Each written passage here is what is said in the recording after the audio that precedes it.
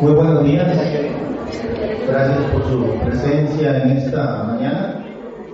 Esta mañana nos hemos reunido con el propósito de recibir a un distinguido costarricense. Ha tenido que enfrentar situaciones que con mucho éxito ha superado gracias a su experiencia como ministro de la Presidencia, como ministro de Información, como ministro de Seguridad Pública, como embajador en las Naciones Unidas.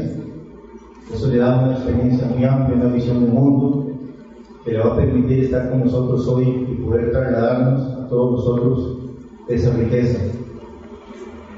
Don Fernando Berrocal Soto ha accedido, como decía, estar con nosotros por invitación de nuestra Escuela de Derecho, y precisamente en la mesa principal nos acompaña la directora de la Escuela, Eliana Alfaro, y el máster de Luis Vargas. También muchas gracias por estar con nosotros. Muchas gracias a todos ustedes, al señor decano, que ha tenido la gentileza de acceder a esta actividad. Yo quisiera dedicar primero una parte de mi exposición a tratar el tema de qué es la socialdemocracia, porque hablamos mucho de socialdemocracia y me parece que hay que conceptualizar qué es esto de la socialdemocracia, y luego más bien plantear el tema de la globalización y de la situación en la que está el país. Y ¿qué es la socialdemocracia? ¿Cómo comenzó todo esto de la socialdemocracia? Miren, esto comenzó en un debate totalmente teórico y conceptual, pero de grandes implicaciones prácticas en Europa. Es un debate ajeno a nosotros, que somos un país pequeño en el tercer mundo, con características muy propias. Por eso la segunda parte de mi exposición va a ser qué es la socialdemocracia costarricense, porque una cosa es ese concepto de la socialdemocracia a nivel de los países desarrollados, como un tema de debate ideológico en Europa, y otra cosa, países desarrollados, industrializados, y otra cosa es el tema de la socialdemocracia en la perspectiva de un país pequeño y en desarrollo como Costa Rica. El tema de la socialdemocracia surgió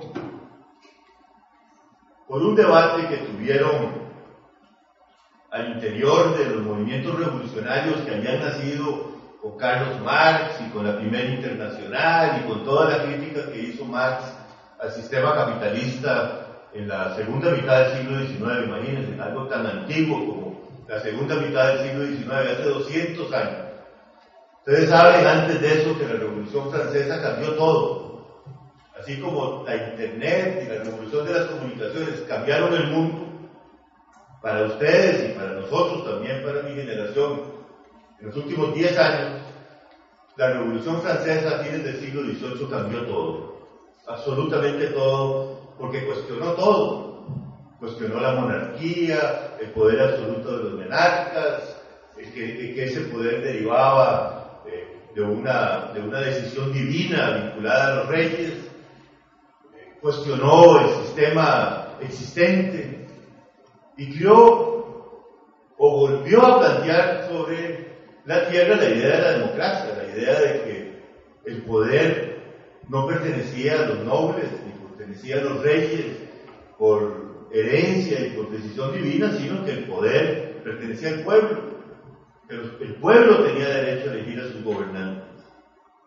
Y aunque la Revolución Americana, la Revolución de Independencia, en el tiempo, es unos años anteriores a la Revolución Francesa, todas esas ideas de la Ilustración y de la Revolución Francesa encuentran en la independencia de los Estados Unidos su gran momento de explosión, y ahí comenzó una nueva visión de la realidad, de que había que vivir en democracia, que había que vivir en libertad, que a los gobernantes había que elegirlos, el derecho a votar. Ustedes habrán oído mucho de esto, de la revolución industrial, del capitalismo, de toda la transformación, de las injusticias del capitalismo salvaje.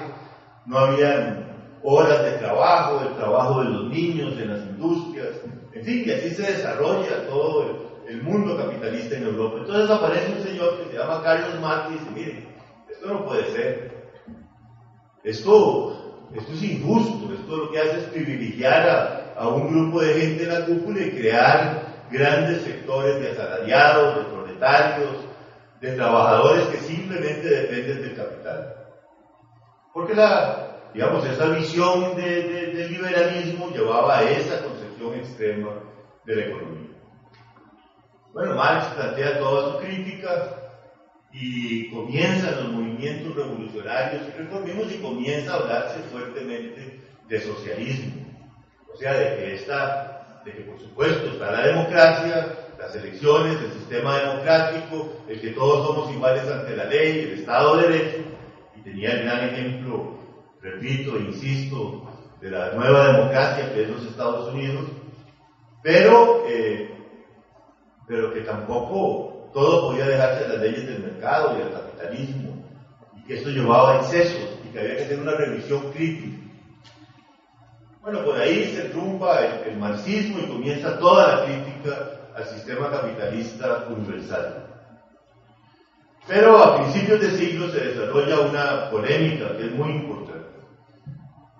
Lenin, un revolucionario ruso, con un grupo de revolucionarios, plantea la revolución en Rusia, la revolución soviética, de la que ustedes habrán oído, la revolución de octubre, y plantea en 1917, al final de la Primera Guerra Mundial, o en medio de esa Primera Guerra Mundial, la tesis de que hay que acceder al poder por la vía de la revolución.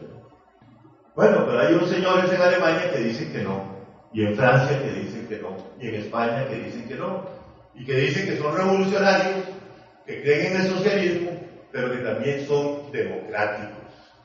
O sea, que están con un planteamiento hacia el socialismo, pero desde una perspectiva democrática.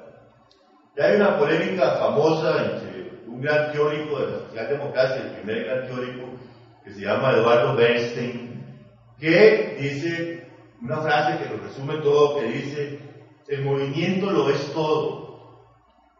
Es posible, dentro de la democracia, preservando el sistema democrático, hacer la reforma, hacer las conquistas para llegar a un equilibrio entre el sistema democrático, pero con una plataforma y con una visión socialista de las cosas. O sea, que plantee las 8 horas de trabajo, las leyes laborales, la seguridad social, en fin, todo lo que es, y esta corriente se llama el reformismo. Y lo que dice Bernstein y Kautsky y los socialistas franceses y los socialistas españoles, a diferencia de Lenin, que está haciendo una revolución y que está suprimiendo, el régimen democrático, es posible dentro de la democracia, fortaleciendo el sindicalismo, fortaleciendo los partidos políticos, desarrollar un esquema mucho más equilibrado, mucho más centrado en, y a esto lo llaman la socialdemocracia. Entonces,